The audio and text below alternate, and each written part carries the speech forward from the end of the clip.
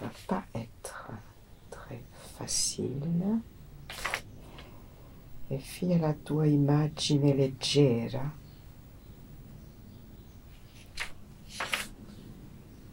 giunire a vedere come io rividi lo sole in briglia che già nel corcar era.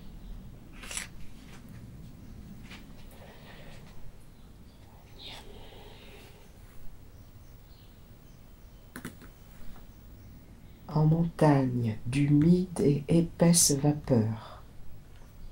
0, c'est un alexandrin. Donc, ça ne va pas.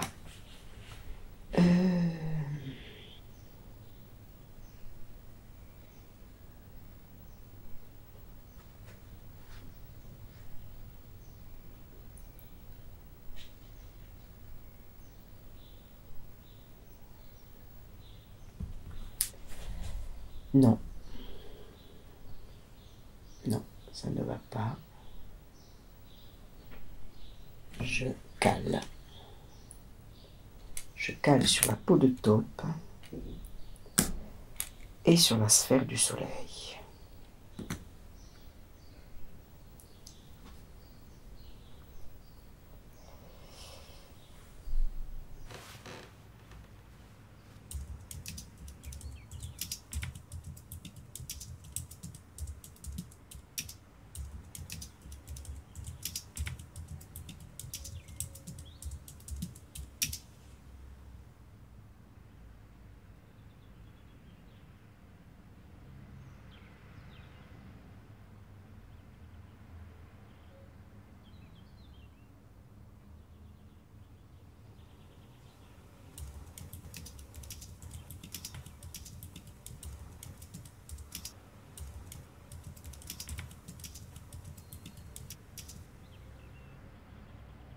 Prose, poésie, théâtre, même combat.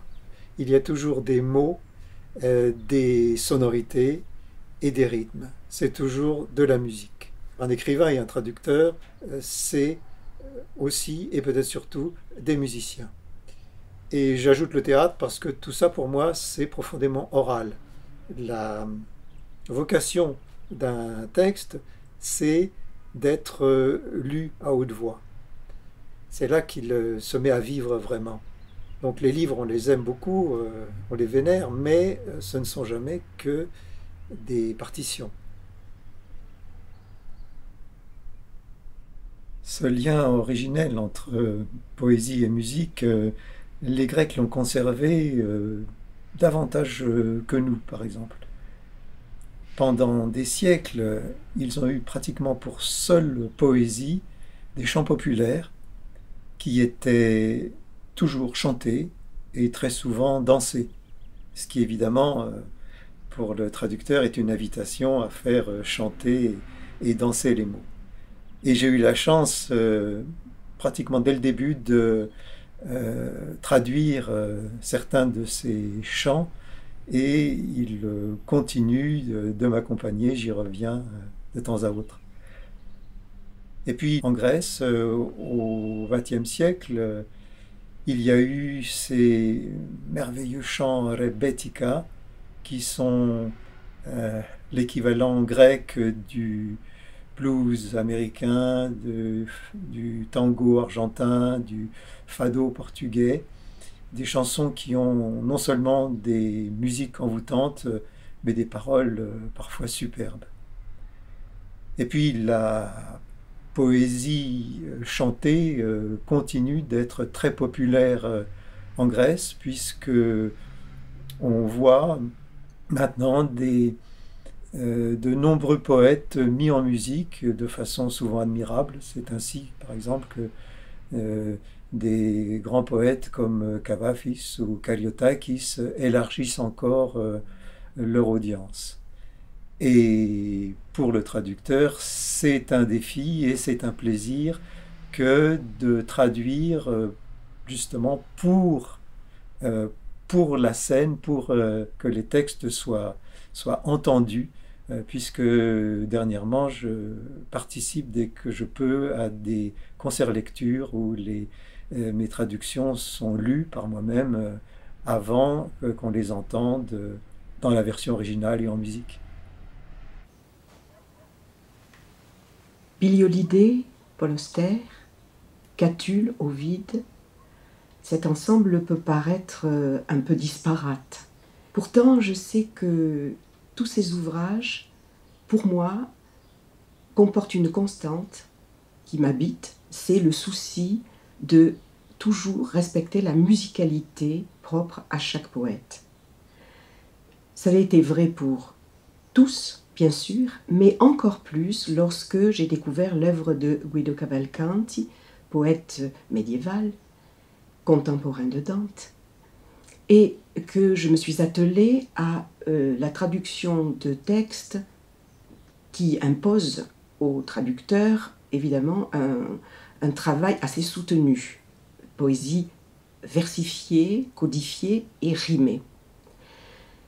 J'ai pris un tel plaisir à ce travail-là que, tout naturellement, je suis allée voir du côté de son ami, Dante, et je me suis attelée à la traduction de la Divine Comédie. L'Enfer est publié, je suis actuellement au Purgatoire, avec l'espoir et même la certitude de parvenir au paradis. Mes bibliothèques, c'est pour moi un texte mascotte parce que c'est à partir de lui qu'a commencé toute ma vie de traductrice. Chalamov, c'est un écrivain qui a passé de longues années dans les camps et qui est un des plus grands écrivains russes qui a parlé de ce sujet. Et j'avais déjà lu ses textes, une partie de Récits de la Kalima qui était paru en français dans les années 80. Et à la fin des années 80, donc en 88 je crois, je suis tombée en Russie sur un texte qui a été publié dans un journal qui s'appelle toujours Knijnaya Obozrenie, qui est une sorte qui est une journal littéraire sur les textes, les livres qui paraissent. Un tout petit texte qui était un essai sur les livres et la lecture, sur l'amour des livres et la place que les livres ont tenue dans la vie de Chalamov, qui parle des premiers livres qu'il a lus, des livres qui ont eu une grande importance dans sa vie, du fait qu'il a désappris à lire pendant qu'il était dans les camps, comment il a réappris à lire et retrouvé la lecture après avoir travaillé dans les mines d'or, comment il a rattrapé un peu toutes les normes blancs de lecture qu'il avait eues, c'est-à-dire tous les livres qu'il n'avait pas lus pendant qu'il était dans les camps, sa fréquentation des bibliothèques, qui se termine par ces deux phrases magnifiques. Les livres sont ce que nous avons de meilleur en cette vie, ils sont notre immortalité. Je regrette de n'avoir jamais possédé ma propre bibliothèque. Parce que sa propre bibliothèque, elle était en fait dans sa tête.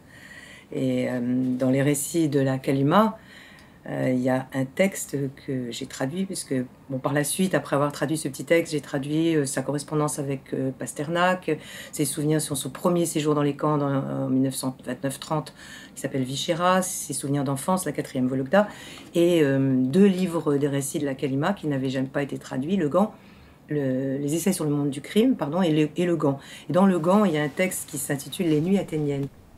C'est un récit qui se passe pendant que Chalamov est devenu aide-médecin, c'est-à-dire il a déjà purgé sa peine de camp, enfin il est toujours en train de purger sa peine de camp, mais il est arrivé à sortir des mines d'or et à échapper aux travaux généraux, ce qu'on appelait les travaux généraux, et il se retrouve donc à travailler dans un hôpital. Et c'est un moment où enfin il peut revivre un petit peu, il se remet d'ailleurs plus ou moins à écrire des poèmes, mais surtout il raconte comment avec quelques autres médecins, aussi des détenus, ils se retrouvaient de temps en temps pour ce qu'ils appelaient les nuits athéniennes. C'est-à-dire, comme ils n'avaient pas de livre, chacun d'entre eux essayait de retrouver dans sa mémoire tous les poèmes, parce que c'est la poésie qui leur revenait, pas la prose, mais la poésie justement, essayaient de retrouver tous les poèmes qui les avaient marqués. Et ils fabriquaient tous ensemble une anthologie des différentes poésies. Chacun se souvenait de poètes différents. Et je vous lis un petit passage. Je contracte mon cerveau, qui voua jadis tant d'heures à la poésie, et à mon propre étonnement, comme malgré moi, du fond de ma gorge douloureuse, montent des mots oubliés depuis longtemps. Ce ne sont pas mes vers qui me reviennent, mais ceux de mes poètes préférés. L'heure de la poésie, l'heure du retour dans un monde enchanté. Nous étions tous très émus. Et donc malheureusement, il aura très peu de séances, puisque elles seront interdites par la direction des camps. mais c'est un très beau texte qui montre à quel point la poésie, surtout la poésie, la littérature, mais surtout la poésie, aide à survivre. C'est un soutien immense. D'ailleurs, dans sa correspondance, dans sa correspondance avec Pasternak, dans l'une des lettres qu'il écrit à Boris Pasternak, il lui explique que ces poèmes, les poèmes de Pasternak, ceux de Tsvetaeva, ceux d'Akhmatova, ont aidé des milliers de gens à survivre dans les camps. Ils étaient l'air qui leur permettait de respirer un petit peu.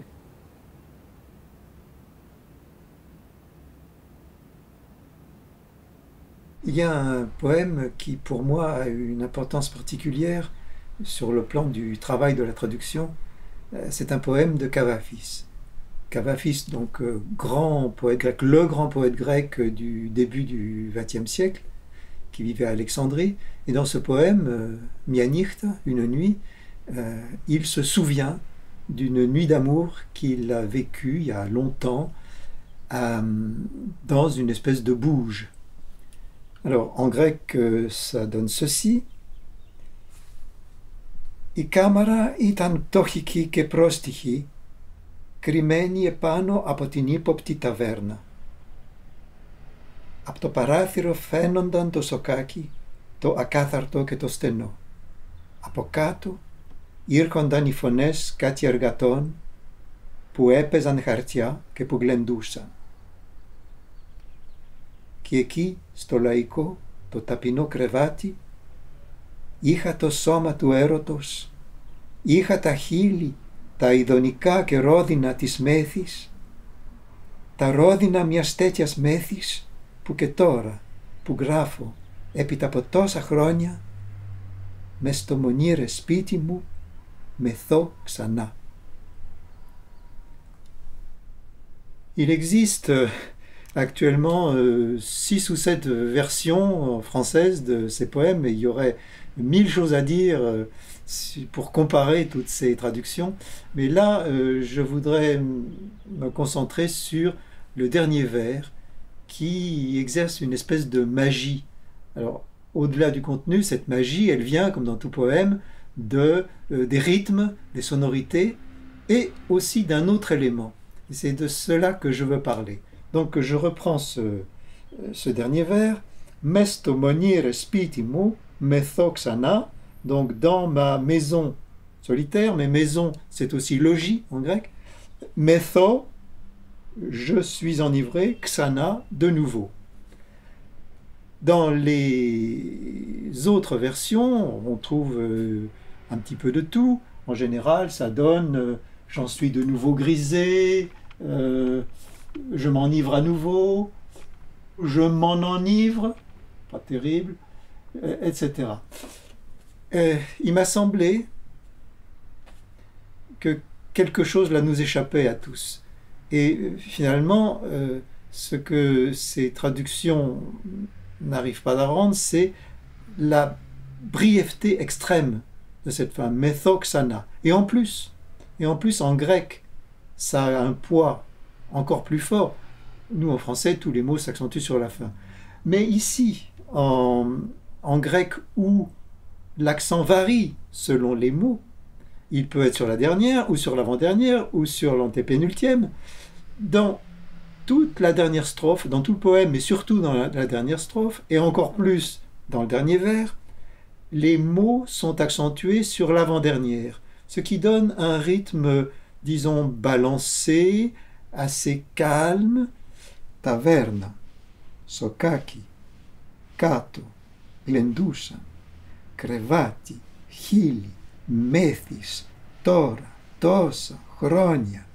Et dans le dernier vers, monires, spiti, et tout d'un coup, à la fin, on a, comme une espèce de coup de tonnerre, metho xana.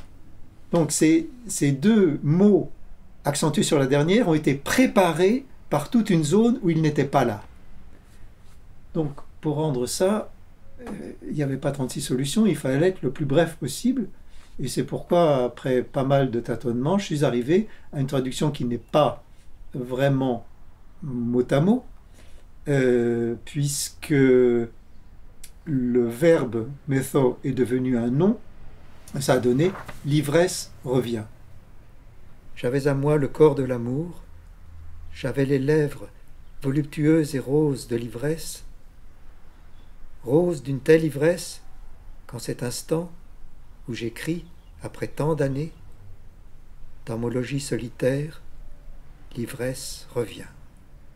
Et bon, je dois dire que je suis loin d'être toujours content de ce que je traduis, mais là, je suis assez satisfait parce que, en plus, il y a une espèce de densité sonore, puisque Vresse revient, il y a les R et les V qui frottent, et ces sons me plaisent. Il y a en plus ce 1 à la fin, ce son nasal que beaucoup de puristes rejettent et que moi j'aime beaucoup parce que c'est ce que la langue française a de plus particulier, de plus sensuel, je dirais, d'une certaine façon. Donc l'ivresse revient, ça me convient.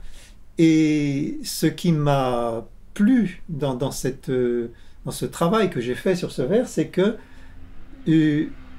j'ai découvert une nouvelle dimension. Nous autres Français, nous sommes habitués à sentir les rythmes, à sentir les sonorités, bien sûr.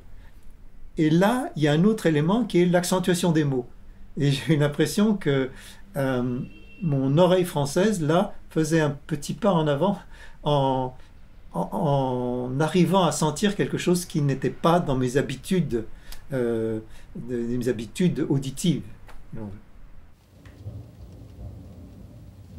Nel mezzo del cammin di nostra vita mi ritrovai per una selva oscura che la diritta via era smarrita. Ai, quanto a dir qual era e cosa dura, esta selva selvaggia e aspra e forte che nel pensier rinnova la paura, tante amara che poco è più morte. Ma per trattar del ben che vi trovai, dirò dell'altre cose che vo scorte. Étant à mi-chemin de notre vie, je me trouvais dans une forêt obscure, la route droite ayant été gauchie. Ah, combien en parler est chose dure, de cette forêt rude et âpre et drue, qui à nouveau un effroi me procure, si aigre que la mort l'est à peine plus. Mais pour traiter du bien que j'y trouvais, je parlerai des choses que j'ai vues. Il s'agit du début du chant 1 de la Divine Comédie, de l'Enfer, première partie. Et dès ce début, on est frappé par la forme que Dante a utilisée, surtout sur le plan de la rime. On s'aperçoit qu'il entreprend et développe un système de rimes qui s'enchaîne 3 par 3 et qui donne au texte une sorte de pulsation immédiate qui va ensuite être la même tout au long du texte. Sans cesse, le récit va être relancé grâce à ce jeu de rimes tout à fait exceptionnel qu'il a créé et qui a inspiré ensuite bon nombre de poètes italiens. Voilà comment fonctionne la tierce rime. Vita, smarrita sont les 2 premières rimes de la première strophe, mais qui concernent le premier et le 3e vers. Le second vers, dont la rime est oscura, entraîne 2 nouvelles rimes qu'on retrouvera dans la 2e strophe en position 1 et 3. Oscura, dura, paura. Et de la même façon, le 2e vers de cette seconde strophe, qui se termine par forte, va entraîner 2 rimes dans la strophe qui suit, morte, scorte. En français, si l'on suit le même chemin, on trouve vie qui rime avec gauchis, obscur avec dur et procure, dru avec plus et vu, et ainsi de suite. L'important est de trouver une musicalité en français qui soit le plus proche possible de la musicalité du texte original. À la fin du chant 5, Dante s'évanouit et le poète écrit « E cadi come corpo morto cade ». Si on maintient l'ordre des mots tel que le texte nous le donne, on aura un vers français très laid. Et je tombais comme un corps mort tombe, avec des O ouverts tout à fait disgracieux. Donc, dans un cas comme celui-là, il suffit de renverser les mots du vers pour avoir quelque chose de plus satisfaisant. Et cela peut donner « Et comme tombe un corps mort, je tombais ». E quindi uscimmo a riveder le stelle. Ce vers-là, qui est le dernier de l'enfer, m'a posé un sérieux problème. Il était exclu pour moi de finir sur le mot étoile, équivalent de stelle, parce que la rime dont j'avais besoin était une rime en i. Donc là, on a un exemple de contrainte par la rime, mais une contrainte qui peut devenir un élément créatif. J'ai donc renversé, retourné la situation de façon à terminer sur la rime qui me convenait. Et pour cela, il a fallu que je fasse un choix de perte. Il a fallu que je renonce à quelque chose. Et ce à quoi j'ai renoncé, c'est au verbe riveder, qui n'était pas l'essentiel à mes yeux de ce que dit le vers. J'ai donc créé un triptyque rythmique de façon un peu impersonnelle, sur un ton un peu impersonnel, c'est-à-dire que j'ai supprimé le nous sortime pour donner une image qui soit comme un flash, qui montre un mouvement très rapide, c'est-à-dire « et ce fut vers les étoiles la sortie ».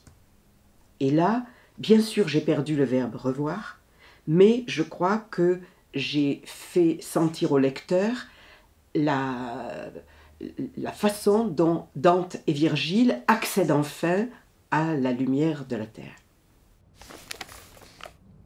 J'ai choisi une petite phrase qui est tirée des œuvres complètes d'Isaac Babel, et plus particulièrement du journal Pétersbourgeois.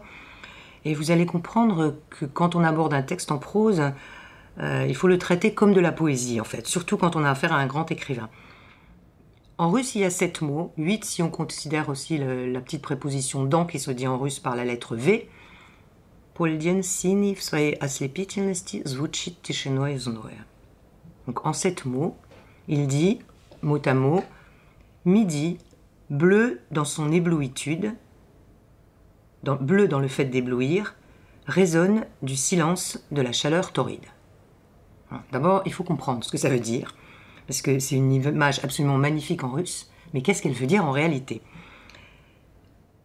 D'abord, premier écueil, bleu.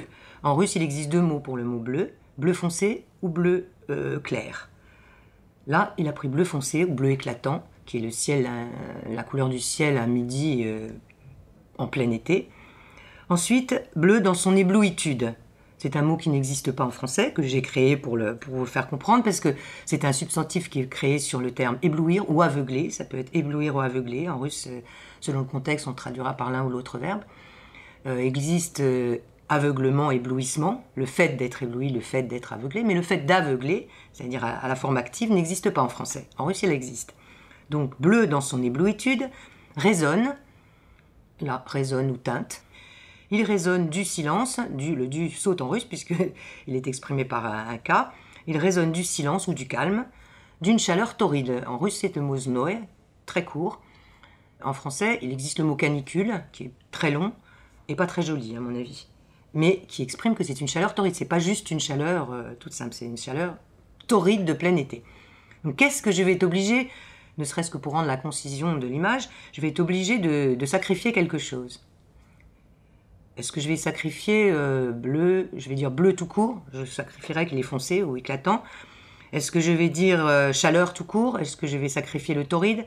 Bon, j'ai choisi personnellement de sacrifier le foncé, du bleu, et de garder le torride de la chaleur, parce que ça me paraît très important que la chaleur soit torride. Midi, tellement bleu qu'il en est éblouissant, à l'intérieur duquel résonne le silence de la chaleur torride. C'est ça que ça veut dire en fait. Et il est arrivé à l'exprimer dans une image absolument magnifique, qui est un peu étrange certainement, mais qu'il faut qu'en français j'arrive à la rendre étrange et belle en même temps, et poétique et naturelle, c'est-à-dire que ça paraisse pas au lecteur trop tiré par les cheveux. En même temps, la poésie, c'est toujours des images un peu étonnantes. Par exemple, si vous dites la terre est bleue comme une orange, c'est parfait, mais c'est absurde en fait. Midi bleu à force d'éblouir, c'est ce que j'ai trouvé de plus poétique pour rendre le fait qu'il était tellement bleu qu'il en était éblouissant. Donc, midi bleu à force d'éblouir, dans lequel teinte le silence d'une chaleur torride. Là, j'ai choisi teinter parce qu'il me semble qu'en plein été, le bruit que peut faire la chaleur ressemble plus à un tintement contre un verre en cristal que à l'écho d'une cloche que je sens d'en résonner. Midi bleu à force d'éblouir, ça me paraît très plat. Donc j'ai répété, j'ai dit un midi bleu à force d'éblouir. Et pour terminer, je voudrais préciser que ce soit un vers ou une phrase ou un mot, ils n'existent jamais tout seuls. Ils existent à l'intérieur d'un ensemble. Alors le mot existe à l'intérieur d'une phrase, la phrase existe à l'intérieur d'un paragraphe et d'un texte. Et quand je relis une phrase, je relis jamais la phrase toute seule, je relis toujours toute la page pour voir si la phrase qui a posé une difficulté s'intègre bien dans le texte de manière naturelle et organique. Donc je vais vous lire le petit paragraphe par lequel commence cette phrase. Midi, un midi bleu à force d'éblouir dans lequel teinte le silence d'une chaleur torride. L'ovale d'un vol d'hirondelles se dessine délicatement sur les boursouflures resplendissantes des nuages. Les plates-bandes et les sentiers, engloutis par l'herbe chuchotante, sont tracés avec une netteté rigoureuse. Donc voilà un exemple de la difficulté d'une phrase qui s'inscrit à l'intérieur d'un texte et dont on veut rendre la beauté, parce que vraiment c'est une phrase superbe en russe, mais... Donc je suis à la fois contente et pas contente, c'est-à-dire il y a certaines choses que je ne suis pas arrivée à rendre, mais j'espère être arrivée à créer en français une image assez belle pour qu'elle puisse toucher le lecteur autant que le lecteur russe est touché par l'image en russe. Je traduis en ce moment Kariotakis, un poète très aimé des Grecs, fascinant, qui a écrit l'essentiel de ses poèmes entre 1920 et 1930 et qui a recours presque exclusivement aux formes classiques. Il y a un poème en particulier qui pose problème, c'est Iagapes, en grec. En français, j'ai traduit ça tant bien que mal par les aimantes. Il s'agit d'un groupe de femmes mystérieuses qui vient voir le poète un soir pour lui annoncer qu'il doit se préparer à la mort. Et de fait, il va se suicider très jeune, peu de temps après. Alors, le problème, c'est la forme spéciale de ce poème-là. D'habitude, en grec, il y a des vers réguliers, moins souvent rimés que chez nous, mais ils ont des vers de 9, 11, 13 syllabes, 15 syllabes très souvent, c'est le vers traditionnel, et très rarement 12 par exemple. Donc on ne peut pas garder exactement le même nombre de syllabes, mais enfin c'est régulier. Ici, il n'y a pas de rime, mais le principe unificateur, c'est une cellule rythmique qui revient avec une régularité implacable, une cellule qui est fondée sur l'anapeste.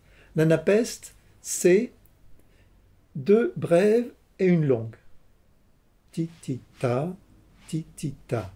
En fait, en grec moderne, il n'y a plus de brèves et de longues, c'est des syllabes non accentuées ou accentuées.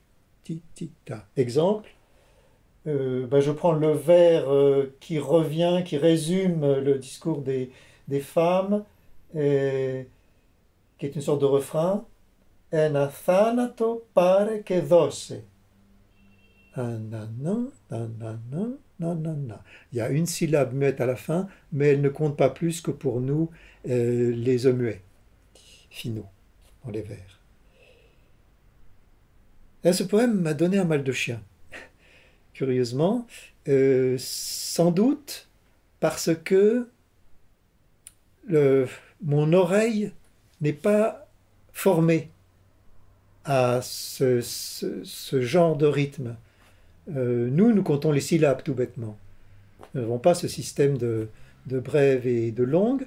Donc, les octosyllabes, les décasyllabes, les alexandrins, je les ai dans l'oreille, ils me viennent naturellement. Je dirais même que pour moi, ce sont de véritables êtres vivants, avec leur personnalité, leurs qualités, leurs défauts.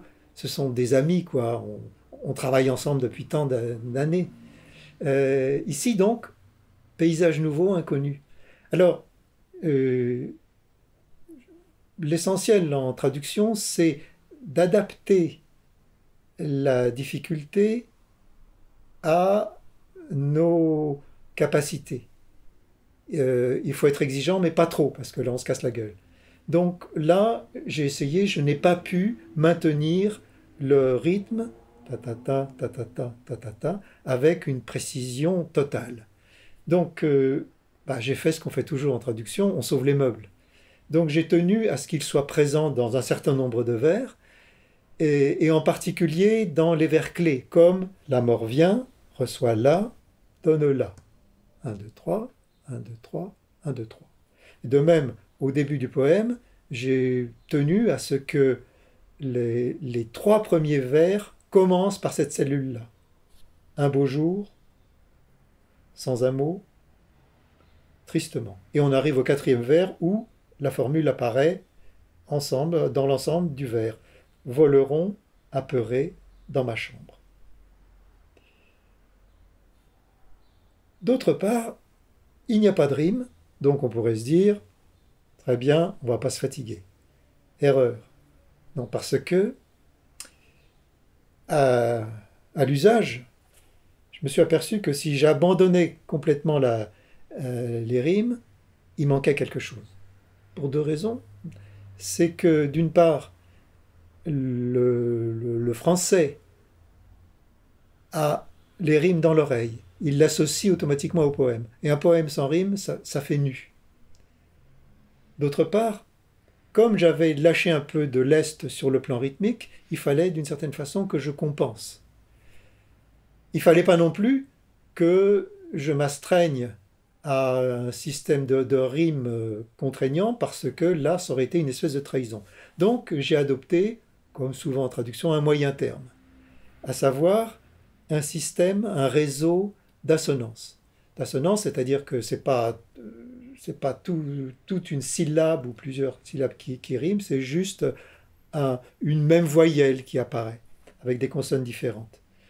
Et exemple, la strophe 3, il y a automne, qui n'est pas dans ce réseau, il y a bois, il y a étoile, il y a rivage, il y a là-bas et il y a village. Et je me suis aperçu avec plaisir que, sans l'avoir vraiment cherché, ce double réseau, donc des vers réguliers 3-3-3 et des assonances, suivait une certaine progression, c'est-à-dire que dans l'avant-dernière strophe que je vais lire, il y avait la densité maximale, avant une espèce de retombée dans la dernière strophe. Et d'ailleurs, sur ma feuille de travail, je me suis amusé à marquer ces 2 éléments.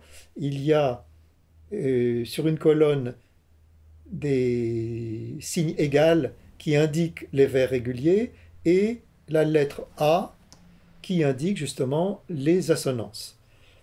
Alors, l'avant-dernière strophe donne « Ils nous ont tous trompés, dieux et hommes, et ce soir nous venons près de toi, car nous avons perdu tout espoir, en ce dur, cet incertain voyage. Pareil à nos baisers d'autrefois, la mort vient, reçois-la, donne-la. » Alors, ce qui est amusant, c'est que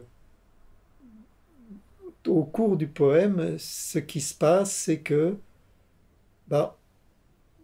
j'ai l'impression de courir après quelque chose, d'être près de l'atteindre, et puis ça s'éloigne, et puis je reviens. C'est cette espèce de cache-cache perpétuel avec la réussite, avec la beauté, qui est toute traduction. Se mai nell'Alpe, se mai ti colse la nebbia in montagna. Souviens-toi, lecteur, si jamais en montagne le brouillard t'a surpris.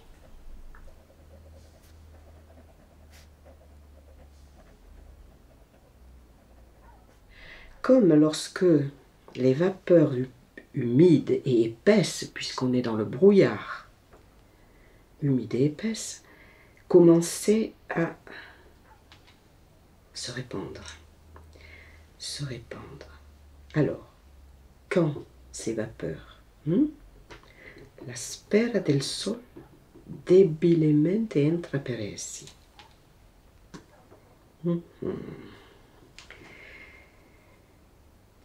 Et reprend l'image précédente, qui était déjà dans la fin du chant 16.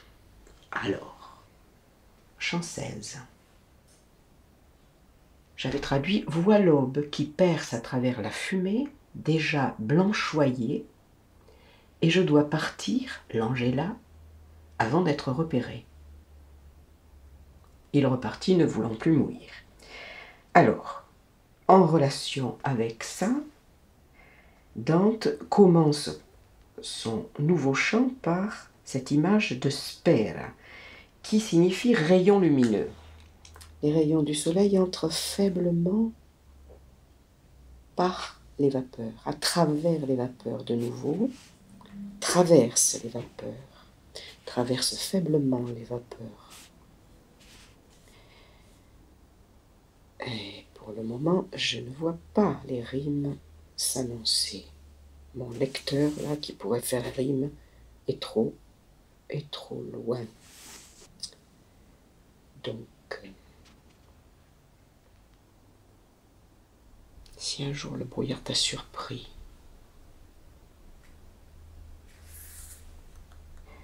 souviens-toi, lecteur, si un jour le brouillard surpris, à travers, tu ne voyais que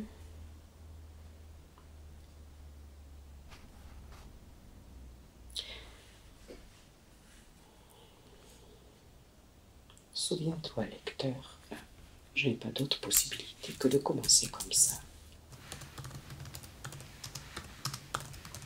Il va falloir que je transforme mon verre.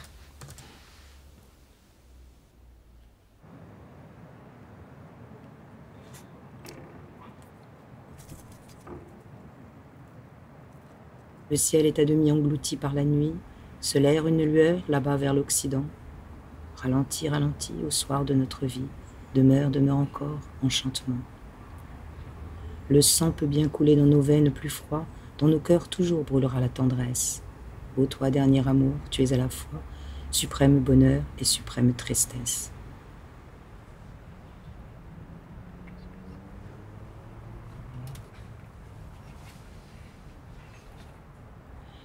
Dur. Ah, peut-être si je m'étais dur.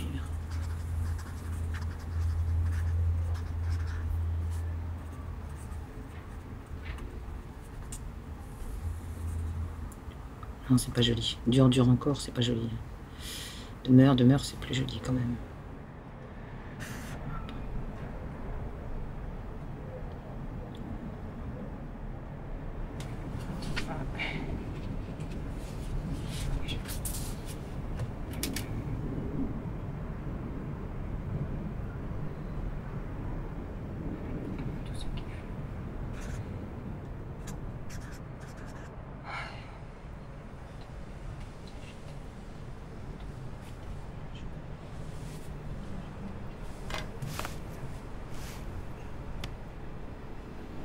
Ah, c'est un magnifique poème de Tchouchtchev qui me fait penser à la balade de la Jordan Reading d'Oscar Wilde, qui commence par ces mots Each man kills the thing he loves, by all of these be heard. Et là, le poème de Tchotchev, dans la traduction, sa première strophe donne que nos amours sont donc meurtrières. Dans la fièvre aveugle des passions, c'est toujours ce que nous avons de plus cher qu'à coup sûr nous assassinons. О, как убийственно мы любим, как в буйной слепости страстей мы то всего вернее губим, что сердцу нашему милее. Il y a un autre poème de Tchotchev qui est aussi un quatrain, et là, pour lequel j'hésite entre deux traductions, l'une qui est plus proche de l'original pour le sens, et l'autre, mais qui n'est pas rimée, et l'autre qui est rimée, qui veut dire la même chose, mais qui est un petit peu plus éloignée. Alors, je vous donne les deux traductions. Qui est celle qui est la plus proche du sens. Nous ignorons quel est l'écho que nos paroles vont éveiller. La compassion nous est donnée comme nous est donnée la grâce. Ça, c'est ce qui est le plus proche du sens réel. Et si je le fais rimer, nous ignorons quelle est la trace que nos paroles vont laisser. La compassion nous est donnée comme nous est donnée la grâce. Et là, il y a la rime.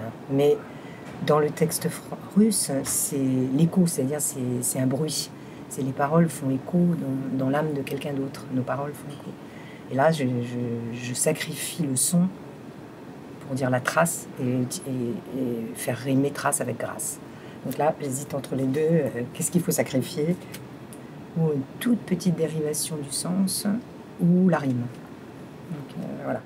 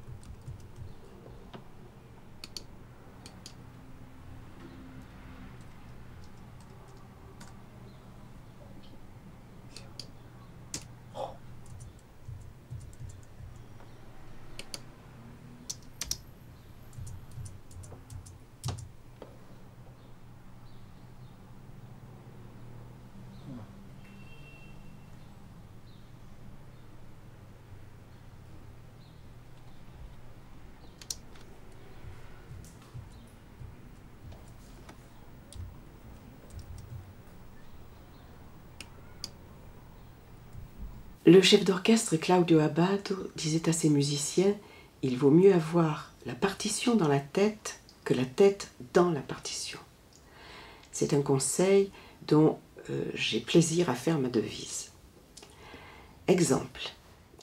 Le vers de Dante est ce que l'on appelle l'endecasillabo, c'est-à-dire un vers de 11 syllabes, qui n'a pas son équivalent français. Il est beaucoup plus souple.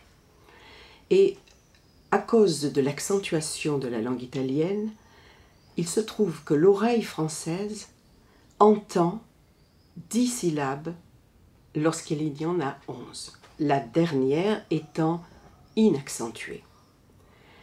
Par exemple, nel mezzo del cammin di nostra vita. L'accent est sur vie et non pas sur a. On pourrait se dire alors, chic, on va faire des décasyllabes en français pour être exactement en adéquation avec ce vers-là. C'est possible et c'est même très souhaitable, mais ce n'est pas possible toujours. Il y a des moments où la densité de l'expression dantesque nécessite un petit peu plus d'espace que ces 10 syllabes. Que faire dans ces cas-là? Il y a une ressource, heureusement, dans la langue française, qui est l'utilisation du « e », lettre extrêmement importante, qui peut être au milieu d'un vers, soit audible, soit inaudible, soit élidé. Par exemple, étant à mi-chemin de notre vie, là on entend toutes les syllabes, y compris le « e » de notre. Mais dans « je me trouvais dans une forêt obscure », le « e » de une se trouve élidé. et on retombe sur les 10 syllabes. Donc, le conseil d'Abbado se trouve tout à fait judicieux parce qu'il permet d'avoir suffisamment de hauteur de vue par rapport au texte que l'on a à traduire pour ne pas en faire une lecture myope qui serait un simple calcul du nombre de syllabes mécanique et d'arriver de ce fait à une réelle harmonie.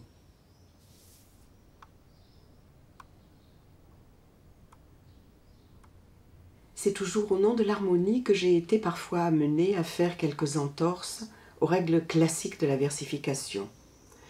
Pour ce qui concerne le décasyllabe, habituellement, on coupe après le 4e pied ou après le 6e. Or, dans le passage où Dante décrit le lever du jour et parallèlement évoque la création du monde, voici ce que j'ai écrit. C'était alors le début du matin. Le soleil avec les étoiles montées qui l'accompagnaient quand l'amour divin mit en mouvement toutes ses beautés. Dans les 2 derniers vers, j'ai donc fait une coupe au 5e pied. J'assume totalement ce choix qui, à mes yeux, n'est pas une faute, mais un moyen de montrer le tournoiement des astres tel que Dante l'évoque. Le soleil avec les étoiles montées, qui l'accompagnait quand l'amour divin mit en mouvement toutes ses beautés. Et ce choix de l'harmonie, Dante l'a toujours préconisé.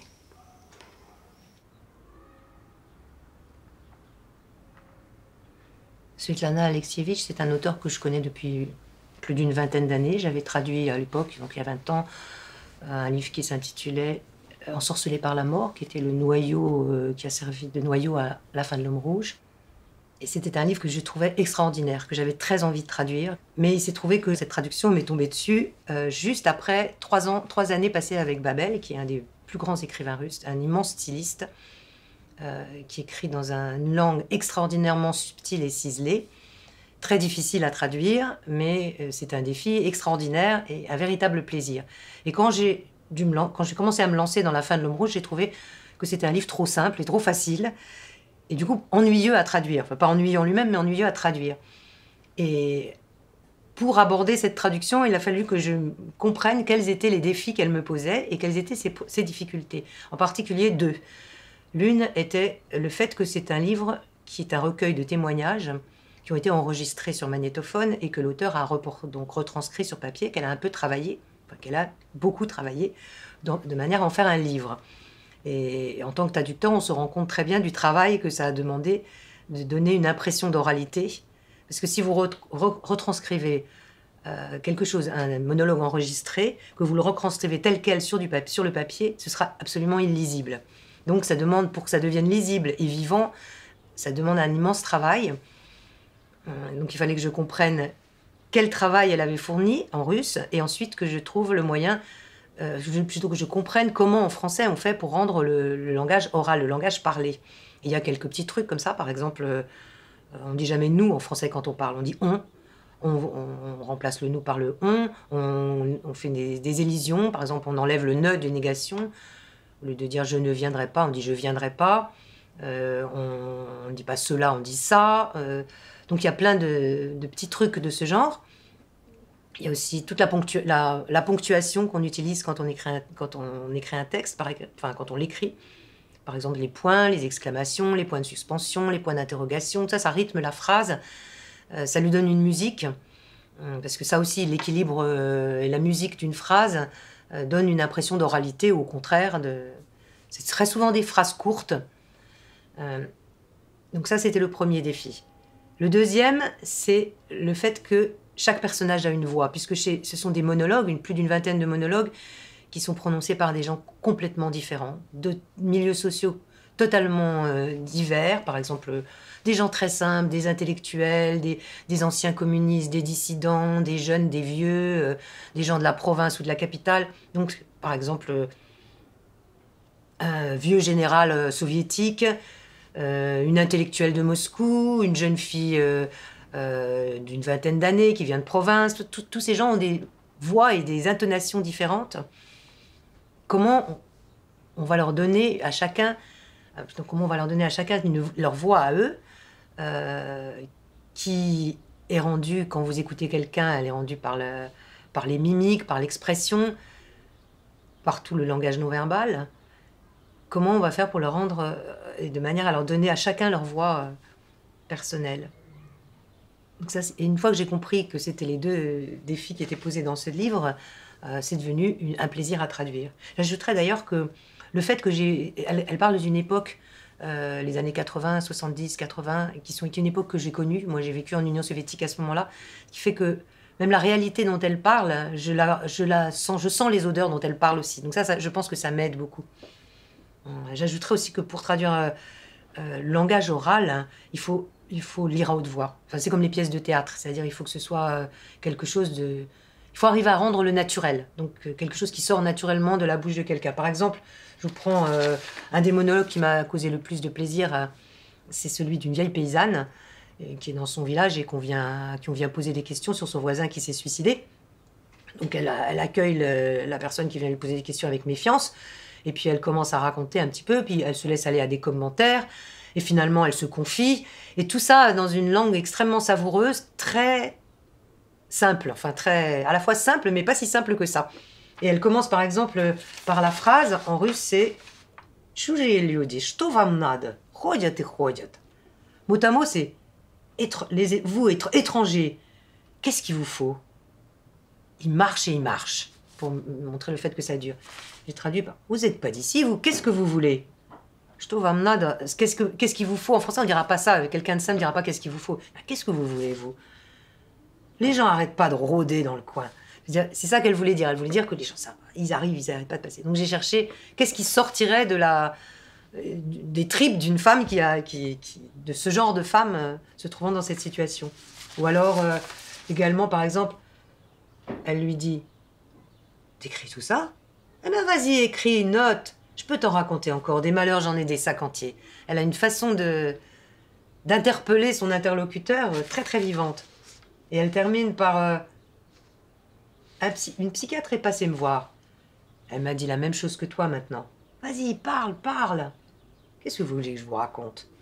La mort me fait pas peur. T'es venu pour rien, t'aurais pas dû. Bon, d'accord. Écoute, tout ça c'est vrai. La langue de Dante est d'une grande richesse et d'une extrême diversité.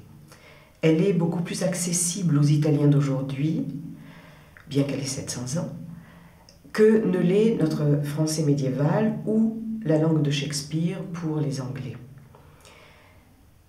Dante a voulu forger une langue à partir de tous les dialectes et parlers locaux qu'il connaissait, le lombard, le sicilien, le toscan, le romagnol, le provençal aussi, et évidemment le latin qui est au départ de la langue italienne. Tout ceci fait que son influence est considérable, non seulement pour la littérature, mais pour la culture entière des Italiens. Et je pourrais en citer deux exemples. Lorsque Primo Levi était à Auschwitz, dans l'enfer d'Auschwitz, et qu'il entreprenait d'apprendre la langue italienne à un jeune Français, que faisait-il étant démuni de tout document? Il se servait d'un extrait de la Divine Comédie. Un autre exemple, beaucoup plus près de nous, dans un très récent écrit de Michele Tortorici, le personnage principal, qui est une dame d'âge mûr qui loue des chambres à des étudiants romains, s'amuse à tester leur degré de culture en leur tendant deux petits pièges au hasard de la conversation. Tantôt un vers de Dante qu'ils sont censés repérer et dont ils sont censés trouver la suite, tantôt une réplique du grand comédien, du grand acteur comique Totò, et là encore, elle attend que son interlocuteur lui dise dans quel film cette réplique se trouve. Moyennant quoi, Elle lui loue la chambre parce qu'elle pense qu'il a les qualités suffisantes pour faire des études. Enfin, il me revient à l'esprit aussi une anecdote beaucoup plus ancienne alors, de l'époque de Dante. C'est une légende qu'on raconte et qui est arrivée jusqu'à nos jours, qui a été transmise, personnellement, elle m'a été transmise par Vittorio Gassman. On dit qu'un jour, Dante se promenait sur une route et un petit ânier menait son âne paître et psalmodiait, chantait des vers de la Divine Comédie. De temps en temps, lorsque l'âne faisait un écart, le petit ânier criait « Harry, Harry !» et il reprenait la récitation du poème. Et Dante, l'écoutant, à un moment donné, lui tape sur l'épaule et lui dit « Ça, ce n'est pas moi qui l'ai écrit. » Il y a un petit livre qui compte beaucoup pour moi et qui raconte l'histoire d'une traductrice, elle-même descendante d'un très grand traducteur russe. Elle s'appelle Tatiana Gnedich, son arrière-arrière-grand-père ou grand-oncle s'appelait Nikolai Gnedich, le voici. C'était un ami de Pouchkine qui a traduit l'Iliade et dont la traduction est jusqu'à présent considérée comme la meilleure qui existe en russe. Tatiana Gnedich était une traductrice surtout d'anglais, qui faisait déjà des traductions avant la guerre, qui a travaillé comme interprète, et qui était une personnalité très originale. Par exemple, elle avait fait une demande pour avoir une carte du parti, et elle a rencontré des Anglais qui lui ont proposé de venir faire un séjour en Angleterre, et comme ce séjour en Angleterre la tentait, elle est allée se retirer sa demande de carte du parti, sous prétexte qu'elle considérait qu'avoir envie d'aller en Angleterre était une trahison. Donc, voilà le genre de personnage que c'était, ne faisant absolument pas attention au confort matériel, à la façon dont elle était habillée, une originale. En 1944, elle s'est fait arrêter, donc à la fois pour son originalité, pour ses origines nobles, et elle s'est retrouvée donc dans une prison du NKVD, et je vais vous lire un petit passage. Après le jugement, elle fut détenue à la prison Spalierna, dans une cellule commune où il y avait pas mal de monde, en attendant d'être envoyée dans un camp. Un jour, elle fut convoquée par son dernier interrogateur qui lui demanda « Pourquoi vous ne prenez pas de livres à la bibliothèque ? Nous en avons beaucoup, vous êtes en droit de le faire. » Tatiana Gnedich répondit « Je suis occupée, je n'ai pas le temps. »« Vous n'avez pas le temps ?» demanda-t-il, sans vraiment s'étonner car il avait déjà compris que sa protégée se distinguait par certaines bizarreries. « Je traduis. » Et elle précisa « Un poème de Byron. » L'interrogateur était cultivé. Il s'avéra qu'il savait ce qu'était le Don Juan. « Vous avez le livre ?» demanda-t-il. Elle répondit « Je traduis de mémoire. » 17 000 vers. Elle avait gardé en mémoire les 17 000 vers en anglais, et plus les différentes variantes de sa traduction. Son interrogateur, très surpris, lui a attribué une cellule indépendante où elle était toute seule, un dictionnaire et le texte de Byron. Elle a passé 1 an à faire la traduction. Ensuite, elle est partie purger sa peine de camp. Quand elle est sortie avec sa traduction sous le bras, parce qu'elle est arrivée à la conserver dans les camps, elle est allée trouver justement Efimetkin, un grand traducteur lui aussi, et qui a été exilé en 1974 après avoir soutenu Solzhenitsyn, Brodsky. Il s'est retrouvé en France où il a enseigné. Pour moi, c'est donc un livre sur une traductrice écrite par un traducteur et traduite par une traductrice par moi, avec encore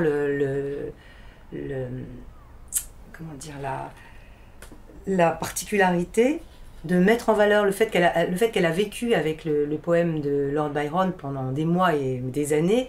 C'est pour moi très représentatif du fait que quand on traduit, on vit avec un auteur pendant des mois ou des années, et on vit tellement à l'intérieur de son texte qu'il vous devient aussi proche que quelqu'un que vous connaissez, que vous fréquentez tous les jours, et même encore plus proche puisque vous le connaissez de l'intérieur, vous connaissez par son œuvre. Et même si bien qu'on a l'impression qu'ils vivent à côté de vous, même les auteurs morts deviennent des compagnons. Et bon, j'ai ressenti ça particulièrement avec Babel. Donc j'avais l'impression qu'il était à côté de moi et que je pouvais lui poser des questions, lui demander son aide. Et Chalamov aussi. Puis d'autres auteurs presque encore plus présents quand ils sont morts que quand ils sont vivants.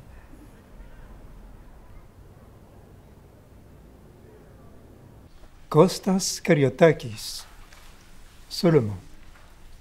Musique, Lena Platonos. Ah, tout devait un jour finir ainsi. Espoir et fleurs fanées ne plus renaître.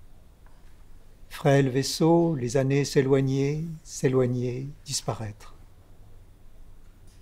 Se dire adieu comme on se dit bonsoir, tous les amis, les perdre à tout jamais, quitter un jour les lieux de mon enfance que tendrement j'aimais. Simples, jolies les filles, ô mignonnes, danser un peu, puis s'en aller lointaine. Et la douleur qui embaumait naguère, devenir lourde et vaine. Oui, tout devait arriver, mais la nuit ne devrait pas aussi doucement bruire, ni les étoiles cligner telles des yeux qui semblent me sourire.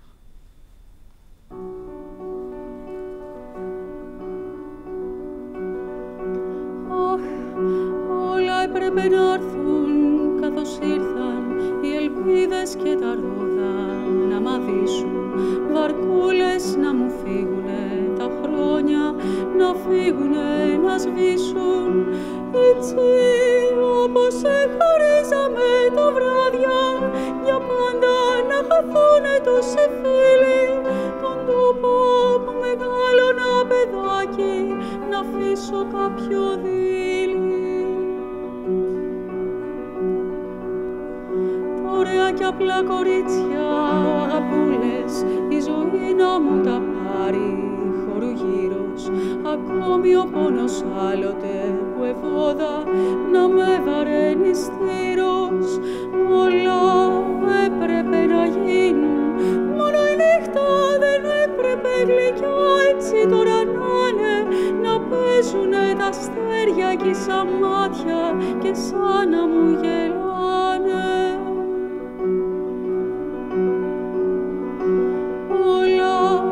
Έπρεπε να γίνουν, μόνο η νύχτα δεν έπρεπε γλυκιά.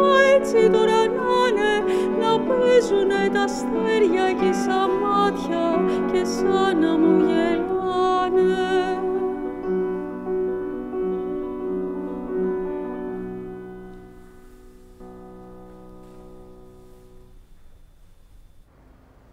Мне ни к чему годические рати и прелесть элегических затей. По мне в стихах все быть должно не кстати, не так, как у людей.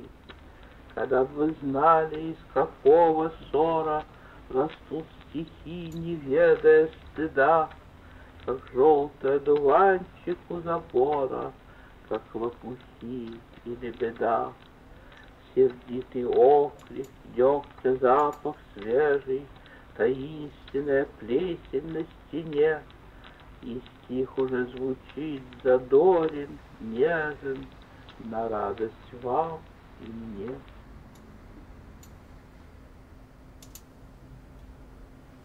Je n'ai que faire des odes de leurs armées, ni du charme capricieux des élégies.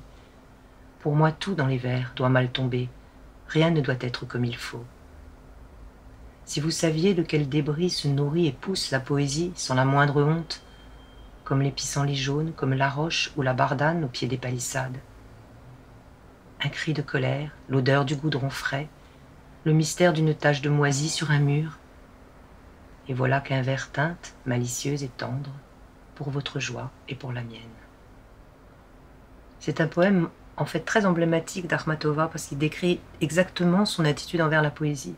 Akhmatova avait fondé avec son mari Goumeliev et avec Mandelstam un mouvement qui s'appelait le mouvement acméiste et qui s'opposait au mouvement symboliste. Et leur credo, c'était de faire de la poésie à partir du concret, à partir des choses concrètes. Or, c'est exactement ce qu'elle dit dans ce poème, qu'elle n'a rien à faire de tout ce qui est artificiel ou trop joli.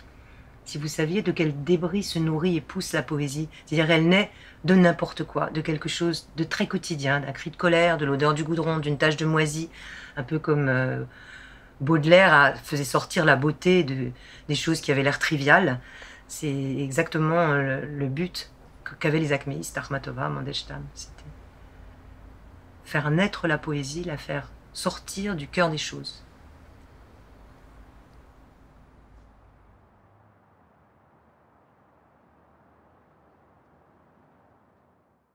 Bonjour aux auditeurs de cette nouvelle édition des Rendez-vous des métiers du livre. Nous accueillons aujourd'hui Henri Colomer. Henri, nous venons de voir ton film Des voix dans le cœur, consacré aux traducteurs et à la traduction, un film de 2018. Mais nous avons déjà, avec toi, la BNF, des liens anciens de collaboration et de confiance, puisque nous avons travaillé ensemble en 2002 sur un film L'Exilé. Il s'agit de Victor Hugo, coproduit par la BNF. Henri, est-ce que tu peux, en introduction, nous dire pourquoi ce film, maintenant dans le fil de ton travail, pourquoi ce film en 2018? Je crois qu'il y a des correspondances et des affinités pour toi entre le travail de réalisateur, de documentaire et la traduction. On va y venir. Avant de répondre, je voudrais simplement remercier la Bibliothèque nationale d'avoir projeté ce film et d'avoir proposé qu'on fasse cet entretien. Donc, l'origine du film, comme tout lecteur, je pense qu'un jour ou l'autre, je me suis demandé qu'est-ce qui pouvait bien se passer entre le texte de départ et la traduction que je lisais, une traduction. Et j'ai eu quelques lueurs sur cette question grâce à une amie très chère qui nous a quittés en 2002, Claire Quéron. Claire était comme une grande sœur pour moi et c'était une traductrice du portugais qui s'est battue pour faire connaître et traduire un immense auteur portugais qui est Miguel Torga. Et donc, en la regardant travailler, en parlant de son travail avec elle, j'avais découvert en quelque sorte toutes les subtilités et la beauté de ce travail de traduction littéraire. Je précise, puisque tu mentionnais, Kadiga, tout à l'heure, qu'il s'agissait d'un cycle sur les métiers du livre, que par ailleurs, Claire enseignait la littérature comparée à l'IUT qui forme au métier du livre à Bordeaux. Et donc, quand on entre dans une bonne librairie à Paris ou dans une grande ville de province, on a une chance sur deux de croiser un libraire ancien élève de Claire. Donc, à la suite de ces discussions, a germé à la fin des années 80 l'envie de faire un film qui était un film, disons, pédagogique, une leçon avec Claire. Ça s'appelait Claire Quéron traduit Miguel Torga. J'en ai fait un deuxième avec Jean-Michel Desprats, qui a supervisé l'édition actuelle de Shakespeare dans la Pléiade, et qui a traduit lui-même plusieurs pièces. Donc Jean-Michel Desprats traduit Shakespeare. Et ensuite, se sont écoulés Alors, on est allé montrer ces films aux Assises de la traduction à Arles. Et là, j'ai rencontré des amis de Claire et certains sont devenus, au fil des ans, des amis. J'ai dit au fil des ans, et des décennies se sont écoulées, on se voyait, j'allais aux Assises, mais je n'ai pas tourné d'autres films sur la traduction avant 2018.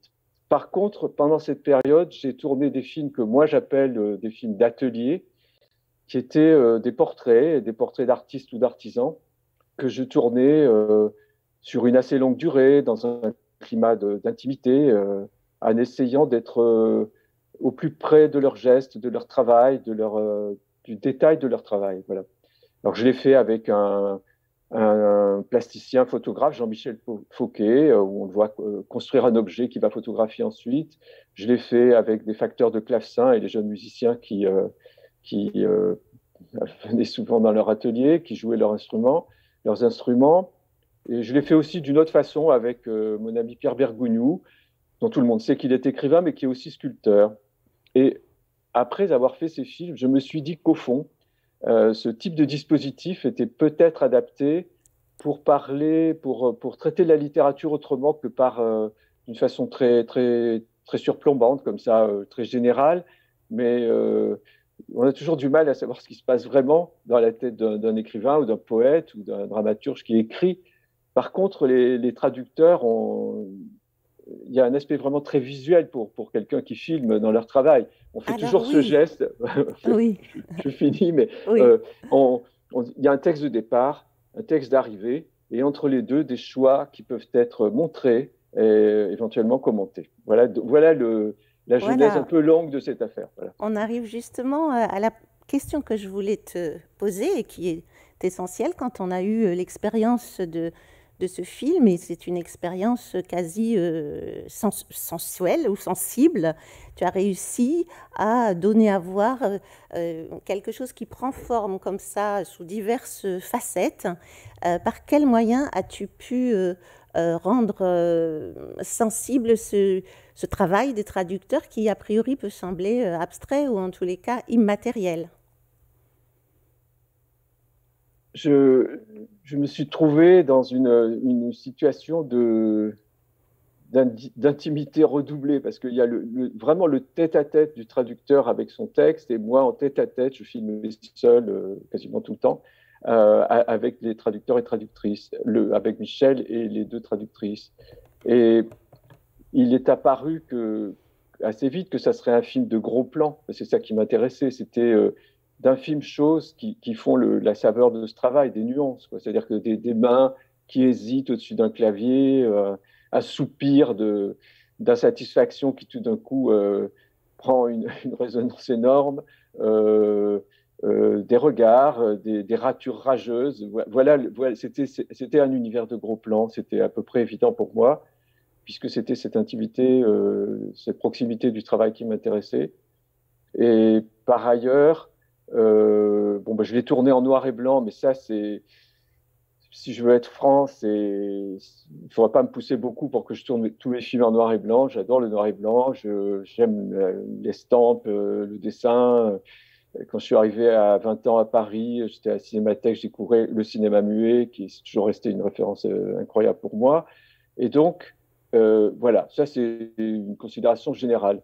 Pour ce film-là, justement parce qu'on était en gros plan et parce que j'avais envie de mettre en évidence un regard, le geste d'une main, etc., ça me semblait encore plus adéquat, parce qu'il y a un cliché derrière tout ça, une sorte de poncif, peut-être inévitable, mais finalement, quand un écrivain à succès publie un livre, il y a toujours une équipe de télévision qui se pointe chez lui et qui le filme adossé à sa bibliothèque. Je ne suis pas échappé à la règle, moi aussi, j'avais des personnes qui parlaient adossées à leur bibliothèque. Et j'ai toujours été gêné par la présence de ce nuancier de toutes les couleurs derrière. Je pense qu'il y a des lois physiologiques qui jouent, et on est vraiment attiré par l'arrière-plan. Et moi, je voulais qu'on soit attiré par le visage, ou les mains, ou le texte, ou le papier. Voilà. Et donc, en noir et blanc, tout ce qui est derrière, ça devient une gamme de gris, et ça simplifie énormément la question, et ça contribue à créer ce que moi j'appelle une ambiance musique de chambre, voilà, qui m'allait bien. Il faut dire aussi qu'on a beaucoup parlé avant de tourner ces films, et que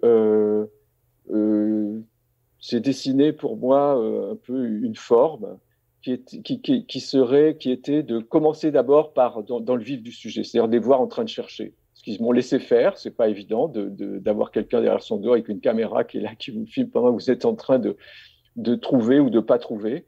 Enfin, ça s'est passé comme ça, et je leur dois évidemment ce qu'il peut y avoir de plus intéressant dans le film, c'est eux qui l'ont apporté. Et donc on a un laps de temps très court, et on fait comme on peut, mais je le regrette parce que effectivement c'est eux qui ont eu beaucoup de choses à dire de la traduction.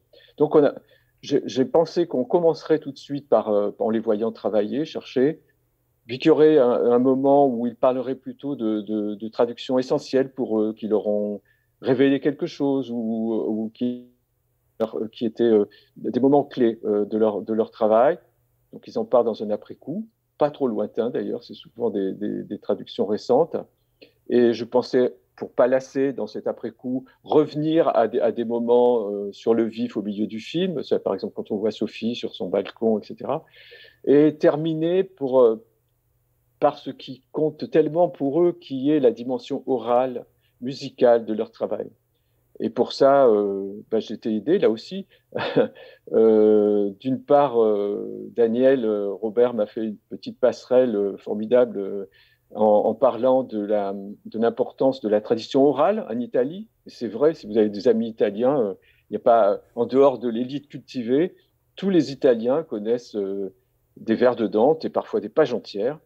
Et donc, à partir de cette oralité, on va dire, j'ai pu associer autre chose, qui était le fait que Michel Volkovitch aime beaucoup participer à des concerts lectures où il lit en français la traduction d'un texte, d'un poème, d'une chanson, et où on l'entend ensuite chanter par des interprètes. Et donc, on a pu faire ça à Marseille, avec une pianiste et une chanteuse. Et par ailleurs, je savais qu'il existait, on avait écouté ça ensemble avec Sophie, des enregistrements où on entend la voix, la déclamation très, très impressionnante comme ça d'Armatova. Et donc, je voulais qu'on finisse le film par ces voix. Hein, voilà. Et donc, ça a structuré le film comme ça. Et voilà, à peu près, enfin, c'est toujours difficile dans un après-coup de déterminer ces choses-là en disant que tout était écrit d'avance, mais c'était un peu les choses qui m'ont guidé. Oui. Non, mais je trouve que c'est très juste de terminer par un film musical, en fait, sans musique, parce que tu as déjà ta voix personnelle qui est très reconnaissable, j'oserais dire, dans tes films. C'est que ce sont des films sans commentaire en surplomb, dont le récit se repose sur le montage. Mais il y a eu des films aussi où il y avait des créations musicales originales, toujours sans bavardage, etc. Et donc là, en fait, la traduction et le travail de ces traducteurs devient une affaire très musicale aussi dans ce film-là. Alors j'aimerais enfin te demander de nous parler davantage des personnages de ton film, ces traducteurs. Ils ne peuvent pas être là avec nous aujourd'hui parce que les conditions, le contexte sont un peu particuliers. Est-ce que tu peux nous faire part un petit peu de ce qu'ils ont pu faire avec toi dans ce film, de qui ils sont, puis de ce qu'ils font en général? Mon choix, c'était de travailler avec des traducteurs qui traduisent de la poésie. Et plus que ça, des traducteurs qui sont attachés à garder dans leur traduction quelque chose qui n'est pas une forme, c'est pas une enjolivure, quoi. C'est vraiment les assonances, le rythme, les rimes, c'est la texture même d'un poème. Et c'est une extrême difficulté, bien sûr, de la restituer. Et je trouvais qu'en mettant la barre aussi haut, on aurait des aperçus sur la traduction de façon plus large. Alors, ces trois traducteurs et traductrices, donc comment je les connais? Michel Volkovitch, c'est simple. J'ai parlé tout à l'heure de Claire Queyron. Ben, c'était aussi un ami de Claire. Claire me l'avait présenté il y a bien longtemps. On est resté en relation, on est devenus amis. Et donc, ça, c'est Michel. Sophie, c'est une histoire plus particulière parce que Sophie, j'ai connu d'abord son père, Monsieur Bélèche, qui était notre libraire quand il avait une librairie près du métro Jussieu. Et c'était notre libraire avec mon épouse. Et connaissant le père, qui était un excellent prescripteur, j'ai voulu lire des traductions de Sophie. Et bien sûr, j'ai été émerveillé par ces traductions de Chalamov, d'Isaac Babel, d'Armatova, entre autres. Et là aussi, on est devenus proches.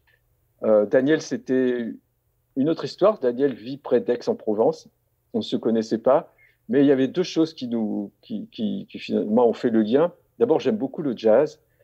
Daniel aussi, et elle connaît très bien le jazz. Et elle a traduit les mémoires de Billie Holiday et elle a écrit un livre magnifique sur Billie. Et donc, ça, c'est une chose. Par ailleurs, je la connaissais comme traductrice du latin. Elle a traduit les poèmes d'exil d'Ovide en particulier, dans une traduction magnifique. Donc, j'ai pris on ne prend plus la plume, mais j'ai écrit un mail, Madame, je prépare un film, etc. On s'est connus, on s'est rapprochés, et on a eu beaucoup de temps pour préparer. Et voilà comment s'est faite cette rencontre autour de leur exigence de traduction de poésie. Bon. Après, c'est quelque chose que j'ai ressenti assez vite, il y a longtemps, même quand j'avais fait les premiers films. Il me semble qu'il y a des affinités profondes, pas forcées, entre mon travail, ou le travail des gens qui font des documentaires, et celui des traducteurs. Parce que entre le texte de départ, le texte d'origine dans la langue étrangère, et le texte d'arrivée pour les traducteurs et traductrices, et ce qu'on fait quand on tourne un documentaire, entre ce que je vois, ce que je ressens au moment du tournage et ce qui reste à l'arrivée, il y a à peu près les mêmes étapes, les mêmes questionnements, les mêmes dispositifs. On commence par une phase d'imprégnation qui peut être longue et de rencontre. Pour moi, j'aime bien prendre mon temps dans une préparation de film, par exemple. Et c'est pareil pour les traducteurs s'immergent dans leur traduction. Enfin, voilà. Et puis, on fait des choix. On définit même des stratégies, si on veut appeler ça comme ça. Après, il y a l'aventure de la réalisation elle-même. Et là, il y a des moments de doute, des questionnements, des moments de bonheur aussi. C'est les moments où on suréclaire une nuance qui était moins appuyée peut-être dans le texte d'origine, où on met en relief un aspect de la personnalité de la personne qu'on est en train de filmer, sans qu'on l'ait voulu, sans qu'on l'ait déterminé avant, parce qu'elle est là, et qu'on a l'intuition qu'il faut creuser de ce côté-là. Et au fond, ce qu'on suréclaire compense, on espère que ça compense ce qui pourrait rester plus dans la pénombre. Et au fond, c'est la beauté de cet exercice d'équilibrisme qui fait que c'est une histoire humaine passionnante. Si c'était de l'ordre de la copie, de la photocopie ou du clonage, ça n'aurait absolument aucun intérêt. Ce qui est intéressant, c'est le rapport d'interprétation risqué qui se joue entre la personne qui traduit le texte ou bien la personne qui filme et qui va laisser hors champ un nombre incalculable de choses pour en retenir ce qui rentrera dans la durée, dans l'espace du film. Donc voilà, il y a une phrase que m'avait dite Jean-Michel Desprats que j'ai gardée en mémoire, qui disait la traduction, c'est pas tellement une histoire de transport, comme on pense souvent, le transport de la cargaison d'une langue à une autre, mais de rapport. Et c'est ce rapport qui consiste en particulier à une grande attention aux nuances, dont on sait que ce sont les ingrédients de la beauté. C'est ce rapport-là, c'est cette fragilité aussi, et cette difficulté qui font que c'est à la fois touchant et quand c'est les autres qui le font et excitant et parfois inquiétant même quand on pratique soi-même la chose. Voilà. Il me semble aussi que certains des traducteurs que nous avons vus à l'œuvre dans ce film sont aussi auteurs et éditeurs. Est-ce que bien sûr, c'est un prolongement naturel? Merci. Oui, j'avais pensé à ça et j'ai préparé d'ailleurs quelques livres que je voulais montrer. Oui, naturel, je ne sais pas, mais en tout cas, la passion de la traduction est telle que les uns et les autres ont voulu se donner la liberté d'éditer des textes qui n'auraient pas forcément été édités par d'autres éditeurs et surtout les éditer comme ils voulaient et de faire découvrir. C'est une fonction aussi très importante de la traduction. J'en parlais à propos de Claire quand je disais elle s'est battue, elle s'est fait refuser les premières traductions de Torga par 7 éditeurs successifs après elle a traduit quasiment toutes les œuvres complètes. Et donc il y a ce travail vraiment de presque militant que font les traducteurs et traductrices et qui là se prolonge par le fait qu'ils ont créé, dans le contexte difficile qu'on connaît pour l'édition, parce qu'il est réel, ils ont créé des maisons d'édition pour... alors voilà, donc... bon, j'y vais un peu comme ça vient. Donc, Sophie a créé cette maison d'édition qui s'appelle Interférence. C'était le nom de la librairie de Monsieur Bénèche, de son père. Un petit reflet, je ne suis pas sûre qu'on voit bien. Mais... Bon, alors là, oui. vous repérerez ces livres qui ont tous une couverture. Ouais, voilà. Ce sont des traductions du russe, de l'anglais, des textes français aussi. Ça, ce que j'essayais de montrer, c'était les élégies du Nord et les secrets du métier d'Armatova, traduit par Sophie. Alors, Michel, c'est quelque chose parce qu'il doit y avoir à peu près plus d'1 mètre linéaire de poésie grecque traduite. Là, il s'agit d'un classique parmi les classiques, puisque ce sont l'ensemble des poèmes de Kavafis, donc un classique de la littérature grecque. Mais Michel traduit aussi de très jeunes poètes, des poétesses de 20 ans, quoi, qui sont à peine connus du public grec et qu'il a soin de traduire en français. Et aussi du théâtre, etc. Il fait ça avec son épouse Carole. Et puis, il y a Daniel. Alors, Michel, c'est le miel des anges. Voilà. Et Daniel, c'est les éditions Chemin de Ronde qu'elle a créées avec Christian, son mari. qui a à peu près, si on veut, deux lignes d'édition, une plutôt consacrée à la philosophie et l'autre à des traductions d'italien. Et entre autres, là, le livre que je montre, qu'a traduit Daniel, c'est un livre magnifique sur la traduction qui s'appelle « À l'ombre de l'autre langue », pour Renard de la traduction, d'Antonio Prete, qui est un immense traducteur, spécialiste de... j'y arriverai pas, mais ça va me revenir. En tout cas, il a consacré sa vie, entre autres, à traduire Les Fleurs du Mal en vers, sous la forme du sonnet. Enfin, c'est vraiment tout à fait extraordinaire. Et voilà. Et donc, je pense que c'est important, puisqu'on est dans un cycle consacré au métier du livre, de dire qu'il y a les choses sont pas cloisonnées, elles se prolongent comme ça. La passion peut mener à ça aussi, à créer des maisons d'édition, vous faire connaître. Ouais.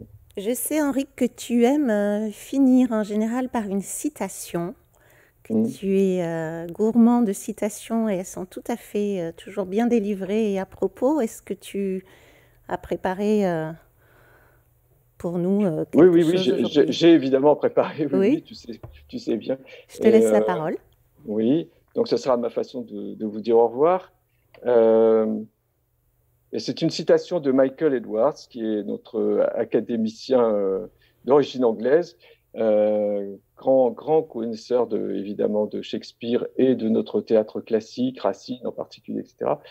Et donc c'est une phrase tirée d'un livre de Michael Edwards qui s'appelle « Le génie de la poésie anglaise ».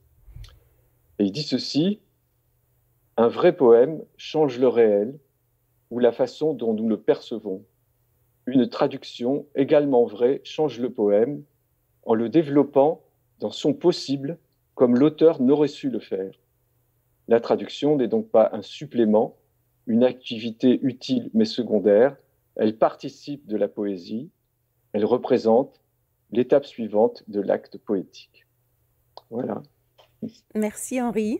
Merci pour cet entretien que tu nous accordes depuis ta campagne. Merci aux auditeurs de cet épisode des Rendez-vous des métiers du livre. À bientôt. Au revoir. Au revoir.